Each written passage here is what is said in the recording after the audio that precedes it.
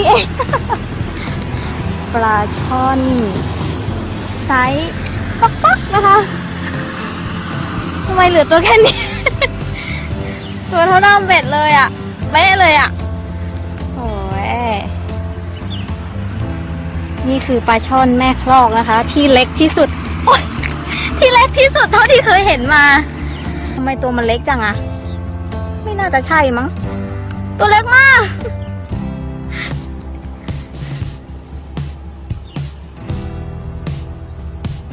ค่ะกัดเลียวผาด4 เซนตัวเล็กนะคะรุ่นใหม่ของเรานะคะ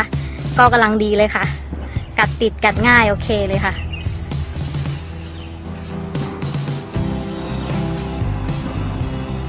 โอเคจะปล่อยแล้วนะโอ้ยลงไปเลยตีใหม่ยังคล่องใจอยู่ว่าแม่มันไม่น่าจะตัวเล็กขนาดนี้นะเอาใหม่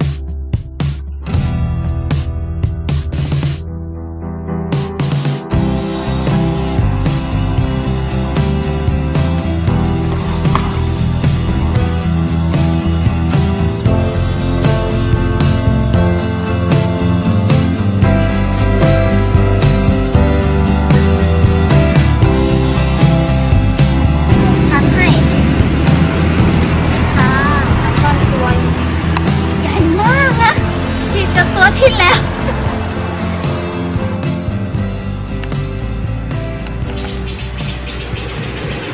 คาริโอพาร์รุ่นใหม่ค่ะเดี๋ยวเจอกัน